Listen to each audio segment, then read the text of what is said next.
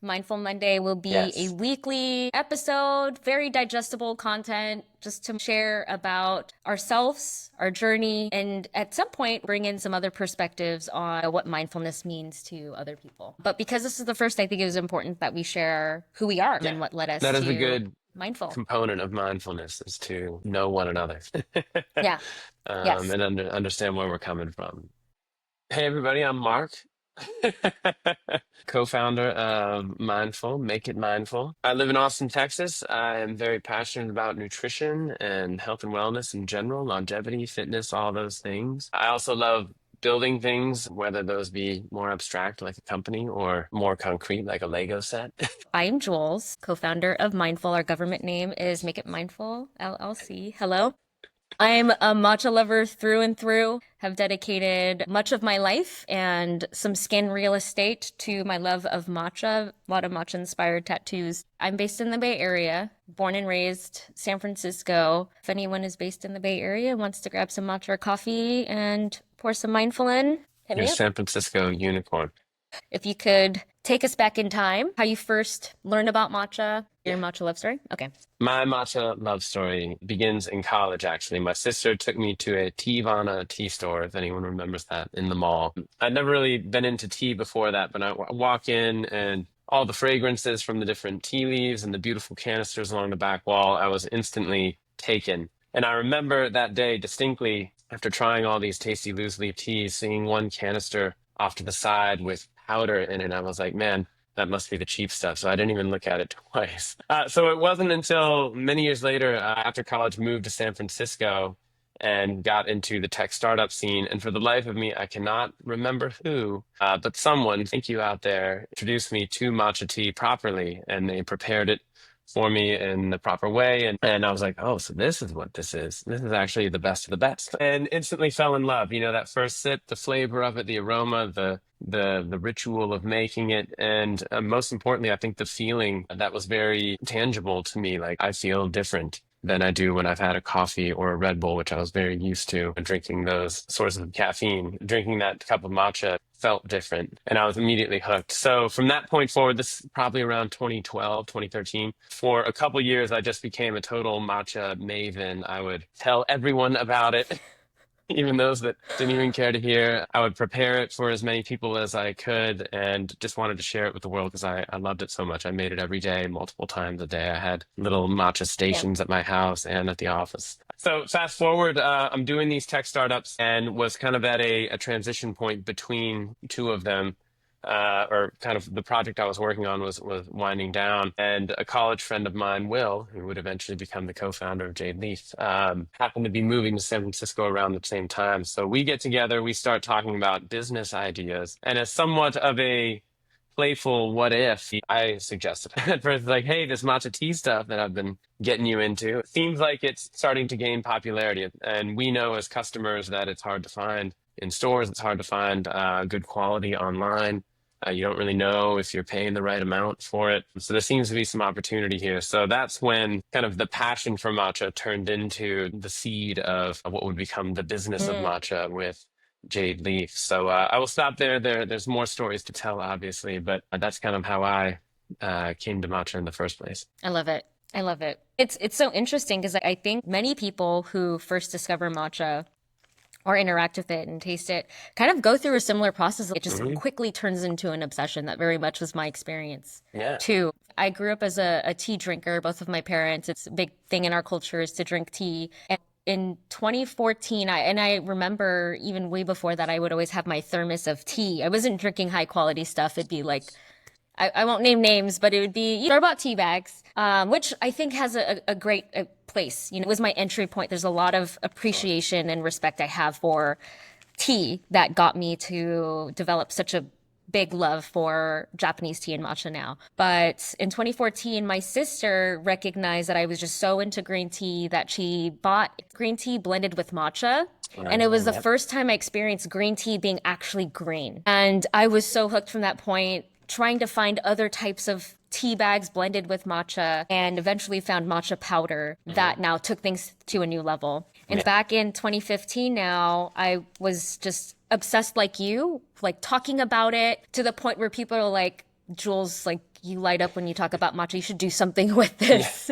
yeah, Like yeah, yeah. it was kind of overwhelming for a lot of people, I think. Like that's all I cared to talk about. And if it wasn't about matcha, just didn't care to have a conversation. Not much has changed, Jules. Not Yeah, much has not changed. much has Don't tease. session that turned into a matcha page called Matcha SF on Instagram. Instagram was relatively new. I didn't know how to use it, but it was a visual bucket list that was plotting out different places to find matcha in San Francisco. Because back, I mean, I'm sure you remember this, and you touched on it in your journey. It was so hard to find matcha back then. Yeah. It's not like today. You can walk into any cafe and there'd be some high quality matcha, really good quality matcha accessible. That kind of snowballed into other matcha pages that I launched, one for LA, one for New York, and co-hosted the US's first matcha festival. And this is kind of now where our paths Yeah. intersect. 2018, I'll pass the baton over to you. You can It share. was your sister originally who brought you Yeah, that my sister. matcha sencha blend. Yeah. Well, thank you to Look her. at our sisters. Yeah, I know. Our sisters both got us into Thank it. you, sisters. Thank you, sisters, indeed. Yeah. So how did Mark and Jules meet in this crazy matcha world? Well, if I'm remembering correctly, did I first reach out in 2018? hmm Okay. So by 2018, Jade Leaf was now 4 years old, and we had grown to the point where we were the top selling matcha brand on Amazon. We had started our journey into retail with Walmart and maybe Target by that time. So the business was healthy and growing well, and we were establishing ourselves more and more as the brand of record in the US. So because our history had been so much focused on the Amazon distribution channel, starting to learn what it takes to get things going in retail, we'd never really done a lot of brand marketing and more broad kind of storytelling, these types of things that are important for a truly well-rounded brand, beloved brand. So it fell to me as sort of the product marketing guy. Will, my partner, was always more of the business and operations and finance and all those very important pieces to keep things going. I got to, play the more creative one with the marketing and brand and product. So I was looking for ways to get our brand out there and learning as I went around. Well, how do you do public relations and get into different magazines? How do you do ads that actually resonate with people online? How do you do social media and do your own storytelling? But for me, one of the most fun things was always getting in front of people and interacting live. So I loved the idea of events, activations, as brand marketers would call it. So I was seeking out and trying to pay attention to things that were going on. And I came across all of the work you'd been doing, Jules, with your various pages, and then saw that you were announcing this, first of its kind, first ever in the world Matcha Fest event. And I'm like, oh my gosh, if we're going to be the matcha brand, like we need to be there. And so I reached out and say, hey, because I think I caught wind of it a little late in the game. You had already kind of established most of your vendors and sponsorships. But I reached out anyway, and you very politely replied and said, sorry, we've got everything we need, but we'll probably do further events. So let's keep in touch. Am I remembering that correctly? Was Yeah. it? I don't remember, I have the email thread, so I could see exactly how I think I responded over email, not How Instagram polite it DM. was. Yeah, like I appreciated it. But I remember with the one of the matcha sponsors that they wanted a level of exclusivity, Hmm. although they just seeded product. Mm. I wasn't That was the really first great at time event for yeah, you. Like first time yeah, you didn't. really stepping outside of education. Like, Mhm. how do you navigate these sponsorship Yeah, conversations? what How do is the you value exchange? negotiate? Which I would have done things very differently today. If we were to cross paths, I was doing something similar, and I think it'd be a very different experience for both of Yeah. us. I remember receiving that. I think you mentioned, like, well, we should grab some matcha at some point, anyways, which we Yeah. never did. We never did. No, we didn't until I don't think we ever met in person until I was already working for Jade Leaf. I remember receiving that email. We had our first event. It was really fun. We had about Mhm. a little over, I think it was about 2,500 people come out throughout the course of the Amazing. day. Totally amazing. And still so new. There was several local businesses that had matcha on their menus. Mm. It was great to share space with the vendors and also the community together celebrating our love of matcha. We recognized we wanted to do a second event, and that's when I reached back out. So I Just circled think if back. Jade Leaf had been there, how much Yeah. even bigger Yeah. it would Yeah. have become. Oh, for sure. It's the what ifs, And Jules. It's always the what ifs.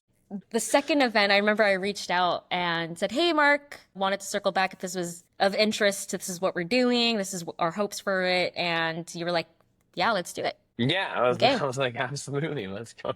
I was still kind of reeling from having missed the first one and knowing that it went so well. I was like, of That was a course. part of the plan, I guess. Yeah, FOMO. Yeah, yeah. Yeah. Leave them wanting more always.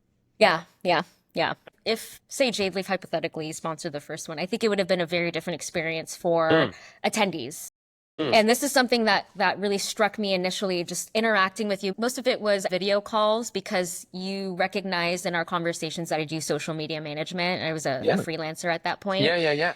and was like, I think we need this. Like, let's also talk about that. So simultaneously working with you on the sponsorship side for my events and then starting to build up the Hmm. Jade Leaf Instagram page. Yeah. So that's when the contracting started, when you were Yeah. starting to help us with those aspects. Yeah. Yeah, it was very opportunistic. I mean, it was very obvious your passion for matcha and your motivation to get it out into the world. Like there was no one else. There still is no one else like you, Jules, I think there in this are. I feel in like this life. there I don't think I mean there are a lot of matcha creators today that I think have a similar fire, even more so maybe. than Maybe me it's at easy that to point. be humble and say that. To be that passionate back then when few people even knew about it, it wasn't as cool to Mm. be the matcha maven. You were it. So I will always highly regard that. But yeah, I mean, in our working together, it became clear that not only are you super passionate about this stuff, you're very good at talking about it and storytelling, and you have a beautiful eye for design, like you know what looks good and what resonates with folks. So very quickly, I was trying to get as much of your time as as we could get, if I recall. Which I think hit a pause at some point, right? You were like, "Hey, I need to. I'm going to go do this event stuff more," right? Yeah, so that was with my LA event. The thing I remember about working with you for the San Francisco event was how generous you were. I think I was a lot more hesitant because I didn't necessarily know how these sponsorships worked with brands or what you could ask for. I had this idea just to use some chasen bamboo whisks for like just hanging them on things. And I said, yeah, I could we have remember. like 25? And you're like, I could like, do you need more? Like I think you said like 100. We have hundreds of these things. Yeah, they came in giant cartons, so it Yeah. was easier to send like one giant carton than try to Yeah, divvy you're it like, up. yeah, do you need more? What do you need? Just tell us. And I didn't know what to ask for. No, but I think we were one of the few brands for sure back then that had reached a scale that we could do that sort of thing. You know, lots of really good food and beverage and supplement brands do very big activations because there are big businesses. There wasn't anyone in the matcha space like that, but we were starting Oh to yeah. be. So I wanted to lean into that and be like, hey, we have the scale to do this stuff. Let's do it. You sent a Let's bunch do of a thing. matcha tins too, Yeah, yeah, the yeah. ceremonial. Anything And you need. so, yeah, it just took things to another level. And with the LA event, you sponsored that one as well. Mhm. I've shared in other conversations and publicly on just my side of things, just how I think in my perspective that event didn't go as planned and it was really tough for me. And one of my initial thoughts, just to give more context, I think many people who try to share the work that they do, whether Yeah. that be bringing a concept to life, like a brand or a restaurant or something that is tangible, something that is outside of yourself, experience that level of criticism or feedback. And it's Uh-huh. natural. Like today, I welcome it because I learned from it. Yeah. Then it was like really hard It hurts. to receive not Yeah, yeah, only yeah. constructive feedback, but just hurtful comments, like people Yeah, just yeah, being yeah. hurtful. And I can't do anything with that. I could learn from the constructive criticism Sure. and take that. And that's, I think, what you were referring to is when I mentioned I need a pause working with you. I want to do this event again. I want to do it justice because there were other things, some other factors that kind of hindered me from seeing the vision through. My thought was, gosh, he's never going to want to work with me again. How embarrassing. Shortly after, I think I was back in San Francisco from that LA event. And I remember Hmm. sitting on my couch and we talked, and you were so encouraging. You're like, wow, that was great. I saw some great things. And thank you for having us. You weren't able to make it to that event to be at the Jade Leaf Yeah. booth, but you were just very grateful and very kind and supportive. And you've continued to be, you're exactly the same person. So I just remember kind of like, okay, so he It's all doesn't good. think the things that I was thinking in my head. I didn't feel like you owed us something or you did us wrong. Like it was good. You put on as good of an event as you could, given all the crazy circumstances. Yeah. It was all So good. thank you. Thank you, Yeah. Past Mark, for being you. Maybe a couple weeks later, we were still in that cycle of social media Mm-hmm. We had like a weekly touch base. That's when you positioned the opportunity at Jade Leaf. Mm-hmm. And how did that call go? I think you can tell the story better than I can. Oh yeah, so so you basically offered me a full-time position as brand manager. Like, hey, we want to hire you. This has been great. Would you be open to this opportunity? I think my ego very much was like, gosh, with all that feedback I received from the LA event, I Mm-hmm. need to do it justice. I can't. I wanted to do that again. So I politely declined again. So I'm Again, sorry. wait, starting to see the pattern here. There's a pattern, but that quickly turned. So I think a week later, and you left the door open. You said, well, if anything changes or if you know of someone, let me know. Yeah, that was We are exactly what I looking said. for that support. If you come across any friends, because I knew folks that are creative and do cool things tend to have friends that are similarly inclined. So I was like, yeah, if you know anyone, send them Let me our way. know. Yeah. So a week later, circled back, we were on our weekly call for social media work. Hmm. I said, hey, Mark, so I found someone and I think you'll really like them. It was a different Mark that I experienced. You were a little bit more guarded. You're like, uh-huh, who? Yeah, sure. Who are you talking about? Yeah, I'd love to meet her. I started to build it up. I forget what I said, but I said, "It's me." That kind of kicked off the conversations. No, That was it was really cute. I remember that moment where you're like, it's me. And I didn't really get it at first. I was like, wait, what? You're like, no, it's me. I mean, I am the friend. I am the Uh, friend. I would like to take you up on this opportunity. And it was I was near elated. yeah, and I was too. And I think it was near the end of 2018. So it was a pretty clean start to Jade Leaf now. I think in Yeah. December 2018, I had the opportunity. You guys had me out to Portland. I got to meet you and Will for the first time. Yeah, because by that time, I moved to Portland at the end of 2017. So I guess Yeah. before we met. So yeah, we didn't meet until we were in different cities because I lived in Yeah. SF. Got to meet you guys. I mean, it was nerve-wracking for me because I think, and I've shared about this in the past, I was scared to, even leading up to the night I had to fly out, Mhm. I, in my mind, was thinking, okay, how do I get out of this? Like, I don't think I could do this. I don't know why they want me. I don't know why they No, offered me this job. imposter syndrome, I think is what that's called. Yeah. When you I feel like like, to wait, say, why did they choose me? Like, yeah, what's so special about me? very high self-doubt. But I showed up, we had our conversations. I'm glad you got past that, Jules. Yeah. You know, and that I think it's so human to have that experience with Oh, anything that is 100%. new because No, you don't have that won't be the last time either of us experiences that oh feeling. yeah, for sure. But now we know we have the data and the experience. I've gotten through that. It wasn't so bad. I worked through it. It'll have a different face. But that kicked off our time at Jade Leaf. I Yeah. just have to ask, how was it like? Be honest. Be honest. I know. I mean, I have feedback for myself. Okay. Mm. How was it like managing me? Because Managing you? we're working as co-founders. We don't necessarily manage each other. No, but I we do. personally don't think I was very manageable. But we do. Ask Will what it's like to manage me. Or I mean, on the opposite side, managing him as well. Everyone's different. Everyone's challenging in their own way Yeah. to be managed. But yeah, I think some people are definitely more challenging than others. No, and I saw a lot of myself in you, which makes us both kind of tricky folks to manage and not as well suited for an environment where there's kind of very structured tasks and like clear things that need to get done in a specific way at a specific time. I think we both kind of are passionate, distracted people that tend to want to work on what they want to work on, right? And the work that they do is incredible, but it's hard to kind of channel it Yeah. sometimes. So as much as I could, I tried to let you run free because when you did do the stuff that you wanted to do, you did amazing things. So that was my attempt, and I think it was very educational for me to try to manage you and like understand, hey, what is it like for Will to try to ask me to do something? There's some empathy going on Oh there. gosh, I'm sorry. No, I think you were also the first person I've ever like truly been the manager of. And you were a young team member coming from a somewhat uh, Very different background. different Yeah. generation, different background. Like, yeah, there's a generational gap, different expectations, different kind of thoughts on how work should be, what what types of things a team in an employment setting should do. So no, I thought it was challenging, but a good relationship that we were able to build I mean, over those obviously. years.